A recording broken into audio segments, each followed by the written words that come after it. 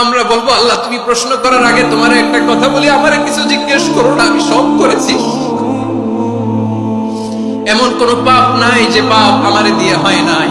আকাশের নিচে জমিনের উপরে আমার চেয়ে বড় পাপী কেউ নাই। একটা একটা করে আমরা স্বীকার করি আমি পাপী, সব পাপের স্বীকৃতি দিলাম। পৃথিবী না জান আমি তো জানি আমি কি পাপ করেছি। হায় আমার পাপের করলে বিচার, বাঁচার আমার নাই উপায়। দয়াময় তুমি মাফ করো আমায়, মাফ করো আমায়। আল্লাহ তাআলা যদি দয়া করে আমাদেরকে মাফ না করে, আমাদের বাঁচার কোনো উপায় নাই। আপনি কি ভেবেছেন আপনার নামাজ দিয়ে আপনি জান্নাতে যাবেন? আপনি তাহাজ্জুদ গুজার, সেজদা দিতে দিতে কপালে দাগ ফেলেছেন, এটা আপনারা জান্নাতে নেবে না। আপনি এলাকার সবচেয়ে বড় হাতেম তাই দানশীল, এই দানের ভরসায় বসে আছেন। কুশ্চিত কালো কথা। আমাদের নামাজ, আমাদের রোজা, আমাদের ইবাদত, এগুলোকে মিজানের পাল্লায় উঠালে কোনো ওজনই হবে না। তবে আমাদের একটা কৌশল জানা আছে, আমরা আল্লাহর রহমতের ভিখারি। আমরা সেদিন আগেই গুনার স্বীকৃতি দিয়ে দেব। আমরা বলবো আল্লাহ তুমি প্রশ্ন করার আগে তোমার একটা কথা বলি, আমারে কিছু জিজ্ঞেস করো না, আমি সব করেছি। এমন কোন পাপ নাই যে পাপ আমারে দিয়ে হয় নাই। তোমার রহমত দিয়ে তুমি জান্নাতে পাঠাবা, তোমার দয়ায় জান্নাতে যেতে চাই, আমল দিয়ে না। পারবেন বলতে? কিয়ামতের দিন আমরা বলবো আল্লাহ আমার আমল দিয়ে জান্নাত চাই না, আমি তোমার দয়া দিয়ে জান্নাত চাই। তোমার দয়া ছাড়া আমার কোনো উপায় নাই।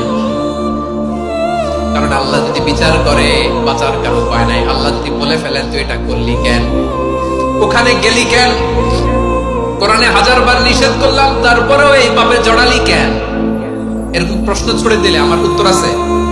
বাঁচার কোনো উপায় আছে? রোজ হাসরে হে আল্লাহ আমার করুণা বিচার, আল্লাহ করুণা বিচার, বিচার চাই না তব দয়া চাই এ গুনাহগার, করুণা বিচার। আপনার আমল দিয়ে জান্নাতে যাবেন? কি দিয়ে যাবেন? আল্লাহর দয়া দিয়ে। আল্লাহর রহম আর দয়া ছাড়া কেউ জান্নাতের চেহারাও দেখতে পাবে না। আমার প্রিয় ভাইরা, এই দোয়া আল্লাহর কাছে পছন্দনীয় হওয়ার কারণ তিনটা। দোয়ার প্রথম অংশে আছে তাওহীদ, আল্লাহর একত্ববাদের ঘোষণা। এই দোয়ার দ্বিতীয় অংশ আছে তাসবিহ, আল্লাহর প্রশংসা সূচক বাণী। এই দোয়ার 3 নাম্বার অংশ পাপের স্বীকৃতি। তাহলে আমরা সবাই গুনাহগার। আমরা আল্লাহর কাছে পাপের স্বীকৃতি দিয়ে বলবো ও আল্লাহ ইন্নী কুনতু মিনাজ জালিমিন, আমরা জুলুম করেছি, পাপ করেছি, অন্যায় করেছি, আল্লাহ বুঝতে পারি নাই। শয়তানের ওয়াসওয়াসায় পড়ে, বন্ধুর পাল্লায় পড়ে, নফসের খায়েশ মেটাতে যে আল্লাহ করে ফেলেছি। তুমি গুনাহ না মাফ না করলে আমাদের গুনাহ মাফ করার দ্বিতীয় কেউ নাই। ঠিক কিনা বলেন? এভাবে অনুতপ্ত হয়ে যদি আল্লাহর কাছে দোয়া করেন, দেয়ালে পিঠ থেকে গেছে, কোন রাস্তা নাই বের হওয়ার, ওই মুহূর্তেও আপনাকে বিপদ থেকে উদ্ধার করবে কে?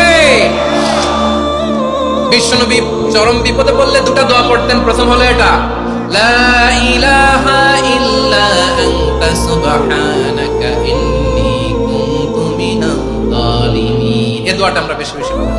রাজি আছেন? সবাই আওয়াজ করে পড়ুন ইনশাআল্লাহ। আমার প্রিয় ভাইয়েরা, বিপদে পড়লে বিশ্বনবী আরো একটা দোয়া পড়তেন, লা ইলাহা ইল্লাল্লাহুল আযীমুল হালিম, লা ইলাহা ইল্লাল্লাহু রাব্বুল আরশিল আযীম, লা ইলাহা ইল্লাল্লাহু রাব্বুস সামাওয়াতি ওয়াল আরদি ওয়া রাব্বুল আরশিল কারীম। এই যে বললাম, রেকর্ড হয়ে গেছে। এখন তো আর ইনস্ট্যান্ট মুখস্থ না হলো, পরে মুখস্থ করে নেবেন। আল্লাহ ছাড়া কোনো উপাস্য নাই, তিনি সুমহান, মহা সহিষ্ণু। আল্লাহ ছাড়া কোনো উপাস্য নাই, তিনি সুমহান, আরশের অধিপতি। আল্লাহ ছাড়া কোনো উপাস্য নাই, তিনি আকাশের মালিক, জমিনের মালিক, তিনি সুবিশাল, আরশের অধিপতি। সুবহানাল্লাহ পড়েন এই দোয়াটা। কেউ যদি পড়ে যদি এর ওসিলা করে দোয়া করে, তাকে বিপদ থেকে মুক্তি দেয় কে? মনে থাকবে আপনাদের? তাহলে বিপদের প্রথম ধাক্কায় কি যেন পড়তে হয়? ইন্না লিল্লাহ।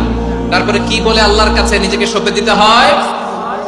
দেয়ালে পিঠ থেকে গেলে লা ইলাহা ইল্লা আনতা সুবহানাকা ইন্নী কুনতু মিনাজ জালিমিন। দুই নম্বর হচ্ছে লা ইলাহা ইল্লাল্লাহুল আযীমুল হালিম, লা ইলাহা ইল্লাল্লাহু রাব্বুল আরশিল আযীম, লা ইলাহা ইল্লাল্লাহু রাব্বুস সামাওয়াতি ওয়াল আরদি ওয়া রাব্বুল আরশিল কারীম। মনে থাকবে? ইনশাআল্লাহ বলেন সবাই, আওয়াজ করে সবাই ইনশাআল্লাহ। অনেক সময় এমন হয়, হঠাৎ বিপদের সম্মুখীন হই আমরা, রেডি হয়ে বের হয়েছে অফিসে, হঠাৎ অ্যাক্সিডেন্টে পড়ে যাই, হঠাৎ পেটের ব্যথায় অজ্ঞান, এরকম হয় না? আপনাদের হয় না? বিষ্ণু ইসলাম বলেন, আকস্মিক দুর্ঘটনার বিপদ থেকে যদি কেউ বাঁচতে চায়, সকাল সন্ধ্যা যেন প্রত্যেকে এই দোয়াটা পড়ে। সকালে যদি 3 বার পড়ে, সন্ধ্যা পর্যন্ত হঠাৎ হঠাৎ বিপদ থেকে সে রক্ষা পাবে। To be protected from sudden calamity, sudden disaster, sudden calamity, হঠাৎ বিপদ, হঠাৎ ভয়ঙ্কর কোন আকস্মিক বিপদ থেকে আল্লাহ বাঁচায় নেবে। সকালে বললে সন্ধ্যা পর্যন্ত প্রোটেক্টেড, সন্ধ্যাবেলায় যদি 3 বার পরে সকাল পর্যন্ত প্রোটেক্টেড। সুবহানাল্লাহ পড়ে। দোয়াটা কি? দোয়াটা হচ্ছে বিসমিল্লাহিল্লাযী লা ইয়াদুররু মা ইসমিহি শাইউন ফিল আরদি ওয়ালা ফিস সামাই ওয়া হুয়াস সামিউল আলীম। ছোট না? অনেক ছোট, মুখস্থ করবেন। বিসমিল্লাহিল্লাযী লা ইয়াদুররু মা ইসমিহি শাইউন ফিল আরদি ওয়ালা ফিস সামা। ওই আল্লাহর নাম নিচ্ছি, যে আল্লাহর নামের বরকতে আকাশ জমিনের কোনো কিছু কারো কোনো ক্ষতি সাধন করতে পারে না। তিনি সর্বশ্রোতা, সর্বজ্ঞ। সুবহানাল্লাহ পড়ে। পড়বেন এই দোয়াটা, বিসমিল্লাহিল্লাযী লা ইয়াদুররু মা ইসমিহি শাইউন ফিল আরদি ওয়ালা ফিস সামাই ওয়া হুয়াস সামিউল আলীম। ফজরের পরে 3 বার, মাগরিবের পরে 3 বার যদি কেউ পড়ে, প্রোটেক্টেড, যে কোনো হঠাৎ বিপদ থেকে প্রোটেক্টেড। প্রোটেক্ট করেন কে? ওই আল্লাহর নাম নিচ্ছি, যে আল্লাহর নামের ওসিলায় আকাশ জমিনের কোনো কিছু কোনো ক্ষতি করতে পারে না। সুবহানাল্লাহ পড়েন। আচ্ছা, এবার আমাদের জীবনে দুশ্চিন্তা আছে না নাই বলেন? Tension, hyper tension, anxiety, depression, চিন্তা, টেনশন নাই, এরকম কে কে আছে দেখি? হাত তোলেন। ওই যে হাত তুলছে এক আল্লাহর ওলি, ওই যে টেনশন নাই তোমার, মাশাআল্লাহ। ও না বুঝে তুলছে, চোখের চোটে, জোশের ঠেলায় ধাক্কায় তুলে ফেলছে। সবার জীবনে টেনশন আছে না নাই? এই দুশ্চিন্তা, পেরেশানি, মারাত্মক পেরেশানি থেকে মুক্তি পাওয়ার জন্য বিষ্ণু ইসলাম 2টো দোয়া পড়তেন। কয়টা? অনেকগুলো পড়তেন। স্পেশাল 2টো দোয়া আজকে আপনাদের শেখায় যাবো, শুনবেন না? কষ্ট হচ্ছে? সংক্ষিপ্ত মুনাজাত দিয়ে দেই। ওরে আল্লাহ, আমি তো 9:30 ক্রস করে ফেলছি মাসুদ ভাই, খেয়াল করে নেই। আরো কয়েক মিনিট। ঠিক আছে, ঠিক আছে। পেরেশানিতে পড়লে, টেনশনে পড়লে এই দোয়াটা, প্রিয় ভাইরা, বিষ্ণু ইসলাম যখন খুব বিপদে পড়তেন, দুশ্চিন্তা ওনাকে ঘিরে ধরতো, উনি পড়তেন ইয়া হাইয়্যু ইয়া কাইয়্যুম বিরহমাতিকা আস্তাগীথ, ইয়া হাইয়্যু ইয়া কাইয়্যুম বিরহমাতিকা আস্তাগীথ, ইয়া হাইয়্যু ইয়া কাইয়্যুম, হে শাশ্বত অবিনশ্বর, হে চিরঞ্জীব, বিরহমাতিকা আস্তাগীথ, তোমার রহমতের উসিলায় তোমার কাছে ফরিয়াদ করি। এটা পড়তেন।